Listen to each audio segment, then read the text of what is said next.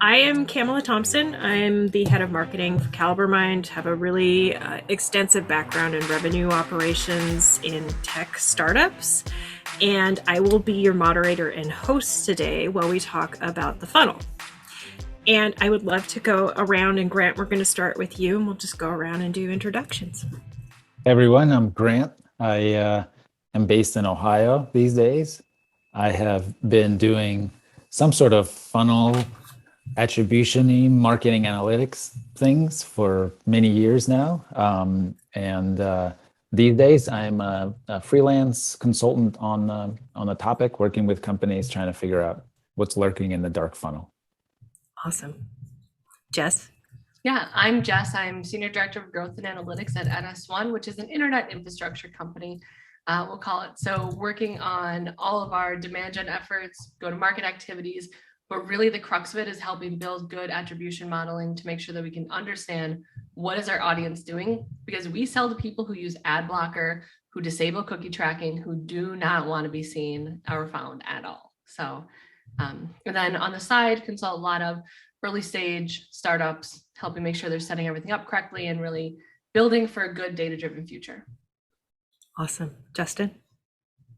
Hey everyone, Justin Norris. I'm the Senior Director of Solutions Architecture at Percuto. I come from more of a traditional marketing background, but then kind of got into the startup world and began to focus on marketing operations, sales operations, and then got into marketing operations consulting, where I've been for about the last 7 years, a company called Percuto. And I've done a lot of attribution work, a lot of different projects. And yeah, just really looking forward to discussing this topic. It's very top of mind for me.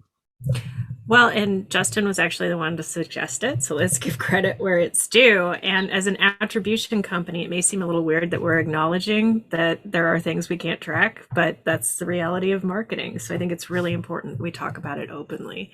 Yep. So let's dive into what the funnel is for a minute. So when I think about the funnel, and I don't know if you guys agree with me, but I think of dark, gray, and transparent. So there's the things that we can see and are straightforward, the things that we need to work on to expand our visibility. And then there's the stuff we can't track. So do you guys agree with that? Can we define the difference between transparent and gray? Right. So transparent. So I think back in the day, most is gray now. So when I think of very, very transparent, it's very transactional. So maybe a badge Right. scan or something that's one-to-one. They didn't come from somewhere else and click through. Gray is more, let's say a form fill, and then we're using UTM parameters to capture what they clicked on beforehand. So a little more nuanced to the extremely nuanced where, we have to put several processes in place to even capture that that person was there. So let's say anonymous web tracking, that sort of thing. And I think as privacy laws are being put in place and different things, the gray to dark is just gonna keep growing. So first, let's talk about what's really difficult to track today or just can't be tracked. I'd love to get opinions. We could just kind of go around the horn. I'll start. Great. I guess I don't think of funnels themselves having colors. I think like there's a funnel, like that's just the way we buy, whether it's like circuitous or undecisive, which is how I buy, even shoes. Like I just wait for months and have retargeting show me those shoes over and over again. Or whether it's more direct and decisive, that never happens. But I think of like the actual activities that our customers are interacting with us. Those are the ones that have the various shades of visibility. Mm-hmm. And so some things are easy, like the badge scan that you mentioned, or the maybe a meeting with the salesperson. It's very, very like direct, and it happened with that specific person, and this is what the interaction was. And then some are some have always been hard to track, like word of mouth or reputation of a brand. How do you, that's very, very, very hard to put numbers around. And so I think that the challenge that we're facing today is that a lot of the things that we used to take for granted as marketers and professional internet stalkers is going away, which may be rightly so, like with apples and more and more awareness of the weird stuff that Facebook does. I think there's been a kind of consensus on the internet that maybe the internet is not for marketers, that maybe it's like almost like a public good and should be more regulated, should be more transparent and less creepy. And to be, now we're very creepy people, because we want to know all the different touches and all kinds of ways in which interactions happen. And so in my mind, the challenge is like, okay, we've always wanted the data about everything and we want it to be data driven. But as an industry, maybe we can just acknowledge that there has always been things that we couldn't track, and increasingly things that we used to be able to track, we won't be able to track. And how do we adjust to that new reality? I want to change my title to professional internet stalker because I love it, but it's also kind of creepy to be enough to be intriguing. Like what used to be the marketing guru back in like the pre Gary Vaynerchuk hustle porn days type of stuff. I agree. And there's what I see a lot too is there are things that are easy to track, and those become the things that we value more because we can track them. Yes. And things a lot harder to track. Like speaking of going to a conference and having a badge scan at an event, display ads in the airport. We're gonna do airport ads this year. I don't believe any impressions they'll give me for that. Like you can't tell me someone's looking at the ad or not, right? It seems really difficult to actually get a good idea of how many people see it. And a lot of those out of home touches and the things that can be super influential, I think it's really hard to measure with those. And so we end up with a lot of things that we can measure that we think are the right things to track because they're measurable, instead of things that aren't measurable and we just kind of give up on them. Like I mentioned before, PDF analytics. Doesn't mean PDFs aren't important, just because we can't track them. So I think a lot of those key things are becoming more and more difficult to really track and understand. Two things I really love. It took us 5 minutes to blow up the funnel in this conversation because I think we all recognize that the sales process is anything but linear, particularly for tech, software services, where a sale can take several months. And then, impressions.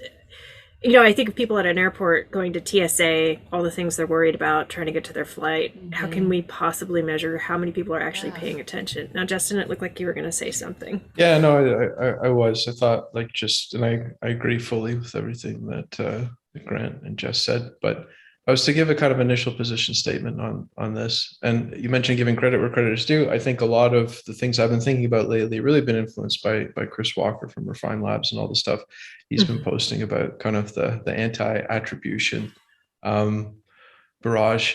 But if you go back marketing pre-digital, it was creative, it was they used to joke the arts and crafts department, and there was this sense of marketing is brand, marketing is creative. Maybe there were people doing direct response for catalogs and stuff like that via direct mail, but by and large, marketing B2B was that. And then there was this mania that came in around half my ad dollars are wasted and I don't know which half, and here's technology. And then everything became very, very direct response. And 10 or 15 years ago, that was maybe really viable. You put it on Google, you have your web analytics, you do PPC, you can really get a sense of that journey. And we're sort of still stuck a bit in that mindset. And the challenge, I think, in the place where I agree with Chris Walker, is that the product marketing of the attribution tools is convince people. I see this with clients all the time. Convince people that there is a magic formula lurking inside your analytics data. If we can just get this attribution reporting working, we will know that we need to display this ad and then send 27 emails in this specific order, and then money will come out the other end. And that is just not, how analytics really works, not how people work. And so it's trained us to use this stuff wrong. And it's actually, I do think it's harming the practice of marketing as a discipline itself. So that's kind of where I'm coming from on this. And so there is the dark funnel activities or dark social, whatever we call it. And how do we get a sense of those, and what should we be looking at it for? And I think that's the thing that we really need to address. And I see Anna Larry online. I think she was one of the folks who said that attribution, her and Carrie attribution is an art and a science. And I agree with you that it has been oversold. It's not that there isn't value in attribution, clearly, but it is an art and a science. And I hear a lot of people giving the advice that if you can't track it, you shouldn't do it. And I think that is really terrible advice. And there will always need to be an element of gut and feedback, Justin, which we'll get into later. Yeah, it's not a silver bullet. There isn't a silver bullet, right? So where I mentioned, if you can't measure it, don't do it. And I saw some nods and faces. Can I get your reactions on that? Oh, I think it's horrible, because there are so many times where your like user experience essentially isn't something that's going to be really easy to track. I'm just thinking of if you're signing up for a webinar series and being able to have like the box to tick to sign up for all versus individual ones, little things like that can be super impactful. And if you're doing so my example now, I'm realizing it's easy to track. It's a button click, right? Additional code snippet to put in. But there's so much stuff that is hard to measure, or just, I don't want to say impossible to measure, but really difficult to, that people may stay away from because they can't prove ROI, but it doesn't mean you shouldn't do it, right? It doesn't mean that it's not the right thing. And building on what Justin was saying about, excuse me, what he was saying earlier, like there's an art to marketing, and there's stuff where you may just innately know could be impactful and be the right thing to do, even if you can't measure it and prove that quantitatively with it. So definitely topic that I've seen coming up more and more often with people in the industry. I've been seeing them shying away from things because it's just gonna be hard to prove return. And it's unfortunate because there can be a lot of cool stuff like Oreo shot in the dark campaign, right? They probably had something positioned in case it happened, but no one was saying they're, measuring the potential ROI on a tweet about lights going out at, what was it, the Super Bowl? And that had massive return in the end. For executives that are trained to demand, even up at the CEO level, like, well, I need to see it in my attribution report, or what you did wasn't worthless. So it's kind of like looking at the world through this very narrow lens.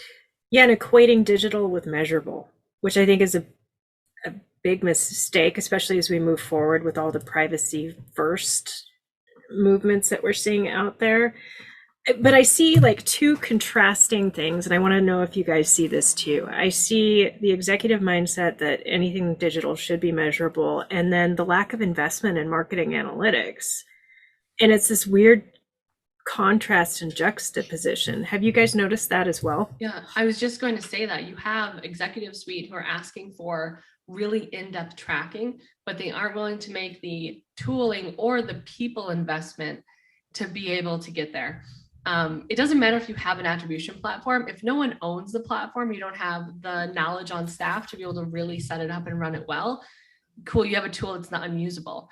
And so many people, they want that reporting, but they don't want to do the groundwork to actually get there to have the good reporting, or heaven forbid, having to tell your sales ops team to standardize some stuff, or having to work with your CS team on how they put data in to get everyone on the same page. They don't want to make that investment, but they want the outcome from it. Yeah. It's really unfortunate because you're never going to be able to get to that spot where you can really quantitatively prove a trillion things if you're not resourcing to be able to measure it and report on it. It's setting it up for failure. I think marketing is disproportionately held to that standard. I haven't seen a CS team where your like customer rep has to justify the time they spend putting together an email for a client. Where are they being measured with it? I feel like marketing often gets the bad side of the stick when it comes to attribution in those regards. So we can't get funding without it, but we can't always prove it, and we don't have the tools to be able to prove it, or the funding to get the tools and the people to prove it. And it's like a never-ending spiral. Yeah, I watched a company just knock it out of the park at the beginning of the pandemic, which nobody did, and they still fired their VP of marketing because they didn't invest in the tooling necessary. And it's just like there's a couple elements here, right? There's investing in the infrastructure, and there's also accepting overall business trends as an indicator of marketing's worth. So Grant, when we were talking earlier, you were discussing how we're going to have to be a little more creative about how we draw correlations. I'd love to go like on that topic of like what assumptions should we be comfortable making, and what things should we start putting in place given that privacy first trend that's coming our way? Yeah, I mean, I would say it's really up to us to educate the executives in the companies about what to expect, and what sort of analytics and what flavor of analytics might come from different initiatives. And because they don't know, how would they know? They want the PDF analytics, so we have to tell them like, well, it doesn't work that way. And and it's challenging because a lot of the existing attribution tools are very direct in drawing the connection between activities and revenue. Like whether it's some sort of a fractional model or whatever model, it says, hey, this thing happened and it's at least partially responsible for this outcome. And here it is. And you can almost explain it to a busy executive. You could say, look, if we take the revenue and split it up this certain way, and here's the formula for it, and it's hopefully somewhat straightforward, and there it is. And that's how we arrived at marketing influence. But if you have a dark funnel and where the activity is not easily trackable, that kind of model kind of breaks apart. And I mean, the good news is that we have way more tools to be able to draw connections. There's all sorts of statistical models and, dare I say, machine learning and AI things that can connect two things that we can say are related to each other. When one goes up, a little bit later, the other thing goes up, for example. That could be good enough. Like Jess mentioned the Oreo example, like, yes, there was a big investment in some sort of a branding initiative. For sure, they're expecting some sort of a return, even if it's not, you can't like draw the line directly, to say the person whose eyeballs were on the screen then walked in to Kroger and bought that, you know what I mean? That's not going to happen. But we had an investment, and then a little bit later, there was an increase, this incrementality calculation. And surely, as analytics professionals, we should be able to provide those kinds of insights as well, to say, hey, the lag will, we expect it to take a month or 2 or 3 or 6 or whatever it is. There's some smart assumptions to be made there about how long it should take, and what is the level of bump that we should see, and how does that interact with all the other investments that we've made, and being a little bit more sophisticated about it. The downside of that approach, of course, is that you have to be such a better communicator to your executive team in order to explain what it is that you're doing and how, and the dance that you're doing with these numbers. And so it's a slightly different skill set. It's less technical, it's less mechanical, and more of being able to synthesize data and tell a story, which is something with, the rest of the kind of social sciences and businesses do this all the time because they can never make direct connections between things. So we need to kind of let go of this mindset that it will always be like, oh, a lead came in and then that lead was attached to an op, and maybe more of like we made an investment and then later on there were opportunities that were created. How do we tie those? Yeah. One-to-one source reporting always scares me because an opportunity always comes from many, many different places, right? And I love your point about storytelling, because I think that's such an essential skill. So we have a question in the Q&A. What do we think is hindering a lot of marketers from buying an attribution tool such as CaliberMind or Visible? I have my opinions. I'm going to let the panel take this one first. Justin, do you want to start? Well, I almost, and again, I have a very biased view of the market because the folks that I interact with are the ones that do buy that software. Because then I go and I help them implement it. So it doesn't necessarily seem to me that companies are holding back from buying this stuff. If anything, they're buying it in spades. Maybe there are some that aren't, but I actually haven't feel that I've been exposed to that. Okay. Jess? I do think there's some hesitancy for companies if they don't have someone internal that can really own it and roll it out well. I've been through a ton of tech in like the last 4 years, and some of it is good technology that wasn't deployed properly and never had really picked up any traction with the go-to-market team. And so you can't justify keeping it if no one's using it and you're not getting value from it. So when it comes time for new budgeting, do we need to pay, Visible? Do we need to pay $50,000 a year for this tool? Are we getting a return from it? Are we getting any value from it? And so I've seen a lot of marketers, I would say, newer into their career, growth marketers especially, who want to get these tools to help really measure and understand and ideally like automate some of their campaigns and processes. And when they go to try and get budget for like, man, $50,000-$60,000 for this platform, are we really going to get value from it? Is it really going to have an impact? And they can't always justify the return on this single platform, which is ironic because the tools are there to help them measure the return, where companies don't always value understanding what the funnel looks like to that regard. And so I have seen just in my peers too, resistance in that front, where are we getting return for the cost of this? And are we really going to be able to support it and roll it out fully? Can I say and this is jumping on the point that you made earlier, Jess, about not investing in the people. And I think this is where, and to Grant's point too, this is where I have seen more of a gap is around, so the slice of the market, at least that I'm exposed to, people are happy to plunk down to 50, 60, let's say 100, sometimes $1,000 around for the tech and get the platform. And then they don't invest for the implementation and they don't invest for the people. And the biggest gap, I agree, is with, it's not, we can track information, even if we only have partial information, that information is still there, but we have a very significant inability to do is to be able to make sense of that and interpret it correctly. And we almost have either this sea of data, but no knowledge, no insight, or we're interpreting it in this dogmatic way. Like, well, the attribution report says this was 33% organic search. And that is like an objective fact of reality, like gravity or something like that, that is out there. It's like this model that we made up and we're applying it like it's a law of physics.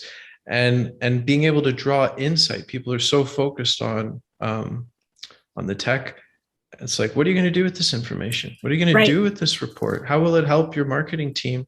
And this, sounds a bit like a pitch for Grant's business, because I know this is what you do. You are that voice for companies. I know we all try to be in a lot of ways, but there's a big gap, I feel, talent in the ability to make sense of that and make actionable recommendations back to the business.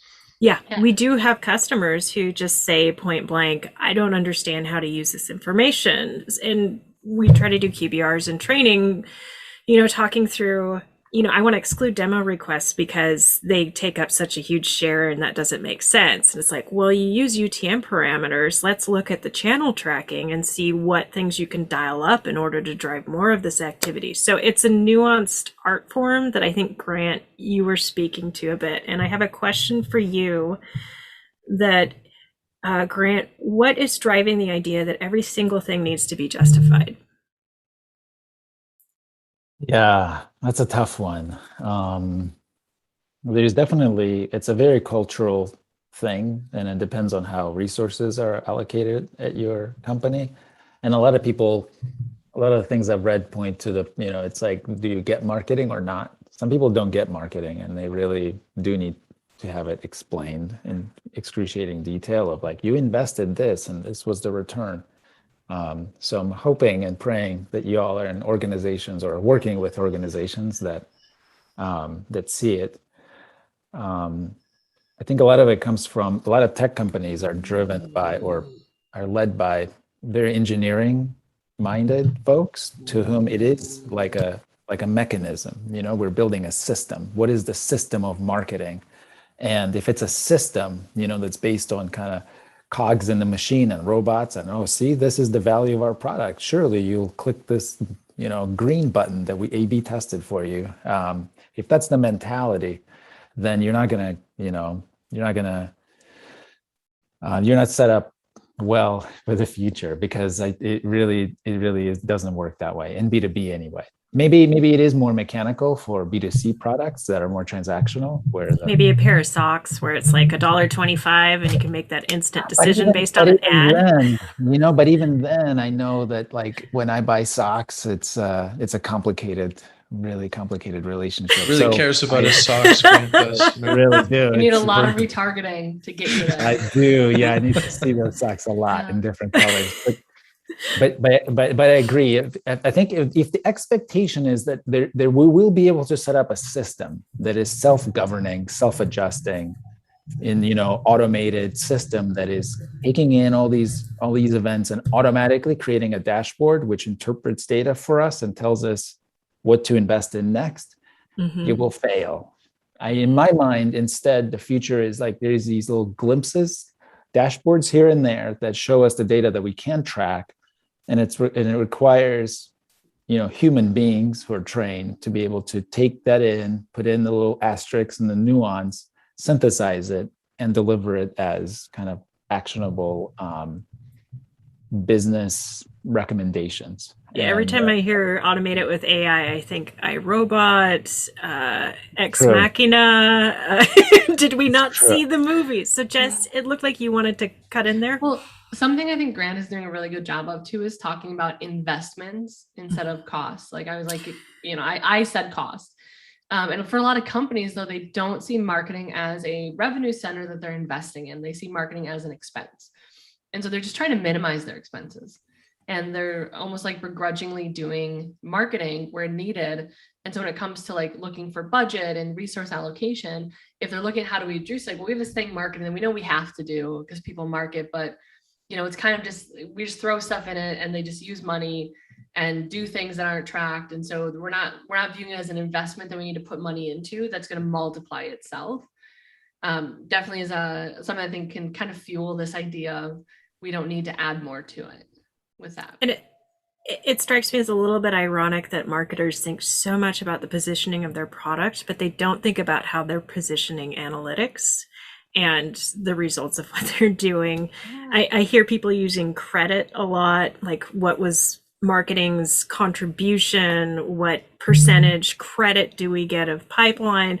And this is all positioning that will get you into trouble. So Justin, I was wondering, speaking of storytelling and the need to have context around the data you are seeing, you had some really creative ideas around gathering qualitative data. I would love for you to dig more into that. Yeah. Again, to be fair, these are things that again, Chris Walker's talking about, but I had done some of them earlier in my career. But like one of the ones that I think is very useful is just asking people where they came from. So like, how did you find out about us? And he did an interesting study on his website where they like took the free text, parsed it, and then compared it to what the automated tracking showed. And what they found was that what the automated tracking showed was just the actual channel that delivered them to that website in that moment, whether it was they came direct or they searched, what was that thing again? Some guy, whatever, search the name and then find the website. But what actually in their mind was the motivator that brought them there was, I was in this particular niche community and I saw you talking there, or somebody shared this thing in Slack in this private group that I'm in. Like it was stuff that is in the dark part of the funnel. It's inherently untrackable, unmeasurable. And I don't see that necessarily as an argument that like, well, to heck with all that automated tracking, it's not useful, but it shows back to the storytelling part, how we need to be more commonsensical. And if I was, in-house setting up my own analytics stack today, I would combine those two sources to be able to tell a better story. Both of them is just part of the picture, but say, what seems to be happening is that they're telling us that they're hearing about us over here. And then they're actually using these sorts of channels to come to the website and do these things. And so clearly we need to do more in those places where they are hearing from us. And we need to make sure that, it's easy to find us in these other ways when they actually are ready to come and have that conversation. And that to me is an example of blending those two things. It's sensible. It doesn't threaten automated tracking is like, oh, this is worthless, but it's also understanding that it's just a partial view, and we're not taking this thing as like a gospel that we have to just blindly follow. Can I So offer an we example real go quick? ahead. Yeah. Yeah, go ahead. I remember at some point I was helping put together kind of like deal audits, like sometimes when a company wins a big opportunity or whatever, we want to look back and tell the story of like how did that come together. These are very popular, and people like to show them off to the rest of the company how everybody worked together. And what I found really helpful there is attribution data is gold there, because then you can see, hey, this, first, this person clicked on a thing and then they attended the thing, and you can kind of make a timeline. And then I've always had this experience when I ask the salesperson responsible for the deal, like I usually do a preview to them. It's like, huh? What do you think? Like, does this represent what took place? And they're like, I don't know who these people are. I worked with so and so, Yeah. only like because they see what they see, and so they're also unreliable in a way that there's a bunch of stuff happening that the salesperson doesn't see. And there's a bunch of stuff that salesperson knows they talked about that is not reflected in the data. So then I would take what the salesperson said, take what the data said, put it together in this timeline, and then present it. And it was always well received, because it's like, oh, we work together, The salesperson doesn't know everything, but you should ask them because they know stuff too. So it's exactly what Justin said. You need to combine both. And you could take it one step further and call the people themselves, like on the client side. Absolutely. Interview them and get their side of the story. Yeah. Yeah, they'll give you a whole other funnel you didn't know existed. That's how they found out. So go ahead, Kim. I was just going to say, to get a little more nuanced, we had a question from Michelle. Hi, team. Wonder what will be your advice for combining the results from in-house attribution models for trackable touchpoints with the results from incrementality tests or marketing mix models for untrackable touchpoints like TV, radio. How do you communicate to the executive team the results from these in a way that they're not thinking about like if you take one attribution model and stack another one on it, you're doubling the amount that you get credit for. How is the best way to communicate those results in a coherent story? I almost think of it like you're describing a painting to someone. And so there's different features. So there's the colors of the painting, there's like the textures on there, there's the material being used. So if you do a brand lift study with Facebook, for example, and you find, we did this brand lift study and it's showing that we have a 10% lift in engagement when, we do blah, blah, blah. And overall, Facebook itself, when we look at its attribution for, marketing source and influence pipeline the last 2 quarters, here's what we're seeing. So it's using them in conjunction with each other, but not trying to stack them on top, because you do definitely risk double counting and just making it really kind of muddled and hard to understand each one in its own meaning to your brand. So that would be my recommendation. Can I offer an example real quick? Yeah. It's there's a chart that I sometimes like to make it. I call it either the sunshine chart or the ripple chart. Okay, I'll go with the ripple idea. I think I like that better. And basically, the way I think of it is like, okay, we did a campaign. What are the different effects of it? Like throwing a stone in water, ripples. And so then you can then present like, okay, well, immediately trackable.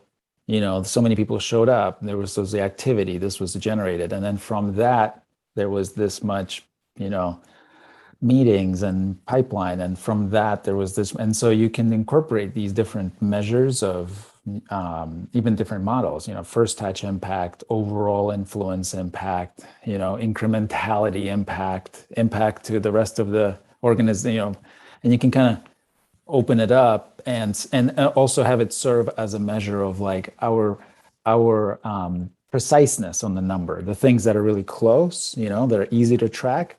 Those are precise numbers, and your error terms are really small. And as you get further and further away, this was the impact. And so it starts to be, broader kind of numbers. And I found that communicates both the the precision of your measurement as well as kind of the level of influence, both direct and indirect, throughout the organization. So think about structuring it like that as a story. It's interesting. Can I float another example? And this just occurred to me. So it's like sort of embryonic, but in a way, it's sort of like our understanding of history, right? And like we're looking at something that's inherently unknown to us. It's not immediately accessible to us. And then we're trying to infer things about it from a variety of different sources. We have like archaeology. I'm like a big nut about this stuff, so that's why maybe it's top of mind, but you can go like dig in the earth and you can like find the foundations of certain things, or like pieces of pottery, or you have like oral histories. Sometimes you have written histories, not always. You have genetic testing. They can do a lot with DNA now and see like about migrations of peoples. So we have data from all these different sources, and then we kind of try to suss out the narrative. Like, what does all this together tell us? And if we just look at like linguistics, or we just look at like pottery, we might make the wrong inferences from that data. Like, we need to put it together. And I think what we're doing right now is akin to like just taking one of these data points, like, I don't know, the pottery remains, and we're just saying this is what it is and nothing else. We're not combining. And that's like the dogmatism that exists, I think, around some of the reporting. It's because we're like so busy, and we're like, where's the report? And you're like, pottery, it's already here. Here, I got the pottery for you. Here's the shards that you wanted. Leave me alone. I gotta go fix my marketing automation problems. And we're obsessed with credit. And this, go ahead, Jess. You go ahead. So many people, though, they just want one answer. Yeah. Right. They don't easy, want to simple. hear all. Yeah. They just want to know, like, how much am I going to get when I sell that pottery? Like, for every Don't dollar tell me in, what anything dollar about do I get out? yeah. Mhm. Yeah. Yeah. Magic How do I formula. get more pottery? Yeah. So don't involve them in the mechanics of it. Like, I think if you have to explain in detail the attribution model, it's like you've almost like failed already, because like the conversation is about what you're doing and whether you're doing it right, instead of the thing that you're trying to explain. So I think gaining the trust and gaining kind of credibility within the organization to be able to say, we did analysis extensively. Okay. And Yeah. in the appendix is the details of it, to read it before bedtime tonight. But here's, for every dollar spent here was, $1 direct, 2 in influence and 3 and whatever. That's the bottom line. Show this to your board, but we did like a bunch of stuff to get it. What do you folks think? I'm curious, Grant or Jess or Kamala, if you do this internally at all, like, instead of everyone wants the big automated dashboard that's like real time and all the numbers and the dials and it's like, like, what if none of that, and it's more just like an insights dashboard, like just pieces of information that are useful and relevant are coming out? Like, does anyone do anything like that? I haven't seen that anywhere. I haven't seen that. I have seen that in terms of if you have and if a team is consistently delivering those kinds of insights, that's what the result looks like. They themselves have the dashboard. They're the ones looking at the dashboards and doing all the math and putting it together. But then what they deliver are basically slides, That's what you do, right? I mean, I've seen a bit of what you do, and I know I have been obsessed with this topic for over the last year of like, how do we do that well? How do we generate these little story bits and deliver it through Slack or whatever? Well, that's the value, right? I'm still working on it. Yeah. If we're not taking all the stuff that we're collecting and turning into actual insights, we're just hoarding data. That's all we're doing. Mhm. And not really any benefit in that. Maybe you got a backup if your system goes down, but right. that's about it. You get to feel smart that you have all this complicated mechanics. We have a question for Justin specifically. What are the main challenges that you've come across in the implementation process of attribution? A lot of vendors quote 2 to 3 months of implementation time, with reports sometimes taking upwards of 6 to 9 months. Yeah, I mean, the main challenges are all the things that we see right here. The technical part is relatively easy. Like, after a certain number of implementations, you figure out all the little tips and tricks, and like, all right, we got to do this so that we capture that. We got to do this so we capture that. But then it's getting it from data to insights. so the storytelling piece. It's expectations. So it's teams that are coming in and expecting this to answer the credit question, or teams whose performance, whose remuneration, their bonus, their comp, their jobs potentially is going to be based on this data, and teams like trying to fight it out for credit. So there's a whole change management component to this. I saw a comment in there from one of the panelists who worked at another attribution software company, saying they had the same issue, presenting data, people not necessarily understanding it. So it's like all of that human element surrounding it, and like, how do we as a team agree that we are going to use this information? Because the expectations, and some, to be fair, the tools kind of do it to themselves a little bit sometimes in the way that they promise the moon and try to get people to buy. And people are expecting that, so you can't really blame them.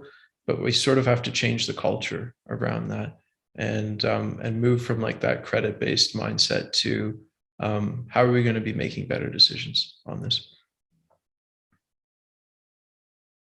Okay, and I'm just going through the questions. I know we're almost at time here. So someone asked me regarding positioning, avoiding certain language, how would I then position marketing's contribution to the company? And how would I do that if I'm presenting to my board every quarter and they ask, hey, we allocated $500,000 for marketing 2 quarters ago. What did it do for us? That's a big question, right, Grant? So Your answer was that big sigh. That's what it was. yeah, no, I feel that I'm really fortunate in that since I work for an attribution company, they understand not everything is being captured, and that doesn't mean that it's not worth doing, and that I can bring qualitative data to the table in addition with the data that I can correlate. So being able to speak to overall company growth, revenue growth, pipeline growth, and then showing that there are correlations given our attribution reporting and everything else, it tells the story that we are moving in the right direction. I have to trust that that's enough. And fortunately, with my executive team, they do understand the nuances in marketing reporting better than most. So I guess I'm fortunate. I heard a marketer once. I was on a, I don't know, someone in a professional networking group, and she was like, marketing influence is 100%. Like, you don't have a single sales rep who isn't using something marketing produced. So if someone asks for marketing production, for marketing influence number, every quarter I tell them 100% of ops are marketing influence. And I was like, I like your aggressive energy. I don't know how well that would fly everywhere, but at the end of the day, marketing should be touching 100% of things because we touch so many other functions. But it was a unique approach that, if anyone tries it, let me know how it works. You have to be careful because you can't take away from the fact that sales is involved in every single deal and they work hard to close it. So being able to collaborate with other team members and use language that isn't quite so divisive, I think is pretty critical. So talking through, hey, great, did they hear about us before you started talking to them? If yes, then marketing probably had something to do with that. Okay, so Grant, and do you feel that most companies have enough data to even use AI in an attribution model without a correlation and causation problem? Like, what do you think the minimum viable data set would need to be? Well, I think that we can get started for sure with AI sort of things. The causation correlation problem exists in every attribution model, whether it's AI or not. So it takes judgment again to kind of tease out the two. And I think that we should start to, I guess, in my mind, AI and kind of more nuanced analysis. It's just not direct. So I'm just separating out, this like direct line between somebody came in and now they're an op and here it is in your dashboard sort of, analysis versus you are running some sort of a model or you're doing something in Excel that's, it has more heavy-handed human element to it as an actual analysis that is not automated per se, or that's the distinction I'm making, and we should definitely be doing a bunch of that analysis rather than just showing the numbers through some model. That's all I was saying. And then, is Apple a friend or foe in the pursuit of clearer attribution? Initially, Apple and their privacy changes seem to make it harder, but big picture, I feel like the jolt they gave to the system is exactly what digital marketers need to think deeper. How do you think, in the long run, Apple's decisions to embrace privacy first, and we could argue whether it was altruistic or a function of being able to guard their data a little more closely. How do you think that will impact marketing analytics overall? I think whenever platforms make these changes where they're reducing things, and I think we can correlate it to like Facebook removing advertising targeting options, where you can no longer target based on certain criteria, it makes it more of a challenge because it's not as easy to pull it in. You can't just pull in whatever you're, with email, being able to pull in your, not just open rates, but like click-through rates and engagements, right? They're going to be disabling some of the personalization options. I think any of these challenges give good marketers an opportunity to really figure out like what is the next thing that's going to work and try and get innovative and really spend more time thinking about what are the things that I need to be able to make intelligent decisions and try and, figure out what the next thing that's going to really work is. And the marketers who kind of rely on whatever comes out of the box will suffer from it. So as a competitive person, I always love changes because it's a chance to try and figure out how to get above the fold with it. But ultimately, anytime you're limiting the data you can capture, it's going to hurt until you figure out a way to either change your model or change what you need to collect with it. Okay, one more question. Oh, sorry. Go ahead, Justin, and then I'll keep it. Yeah, I agree with what Jess said about it driving innovation, and maybe if our discipline is based on being able to be creepy stalkers, maybe there's something wrong with our discipline. Maybe we need to focus more on helping people and satisfying their needs and problems, solving their problems. And so if that change drives us to do more of that, it's probably a change for the better. So I agree with what Jess said. Sorry, go ahead, Campbell. So I want to be respectful of everyone's time. So this is the last question for Grant. You mentioned that putting together stories of how individual deals came to be on a timeline has been helpful for your clients. Have you found tools that help you do this at scale, or has it been a mainly manual process? There are some tools that are really helpful. Like some of the account-based marketing tools, like demand-based, 6sense, like a lot of lean data stuff. They have kind of pre-built little timelines with touch points things. I actually think Caliber Mind does as well. Like they usually do them like notes, like in a music. It's like, well, one of the notes is marketing and sales, and here's what and it's like here's how everybody's working together. There's that kind of idea, which is kind of cool. But I find that that's just again, remember, like just one of the pieces that you need to make a kick-ass slideshow for your deal story.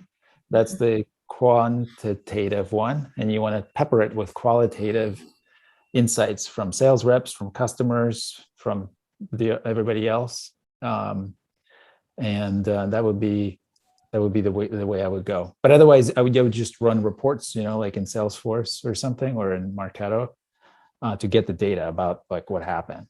But I find the more you can put in after the fact, the better will be the reception. Yeah, and Caliber Mind does integrate intent, sales activity, marketing activity, all that stuff. But I like your point about getting qualitative context and feedback. I think that it does provide so much value. Now, before we end, is there any final thoughts you all would like to leave our listeners with? I'll go first. And that is that don't let the perfect be the enemy of the good. Okay? You just got to do stuff. Yeah, one of the biggest mistakes is like paralysis, either because, the data is not perfect. It's too dark in there, like the funnel is too dark. I'm not going to, don't let that stop you. You can still do something. And so that's my comment. I'd say data without turning it into actionable insights is hoarding data. Don't be a hoarder. Don't just collect it to collect it. You know, That's a new show, Data Hoarders. Data You go Hoarders. in, Yes. you're like, what is going on in here? Yeah. Starring Google or Yeah, Apple. I co-sign each of those sentiments, and I would add, just remember why we're doing this. You know, it's not about like being mad scientists and building the craziest machines and models and system, and I'm as guilty of that as anyone, but it really isn't about, like, we're there to help marketers do better marketing, ultimately to help people, hopefully, in the process of helping a company bring its product to market. So like, how can we do that? And that's a clarifying perspective, I think, that brings us back to basics, which is where we need to go. I want to thank each of you for being here. Thank you so much for your time. Really appreciate it.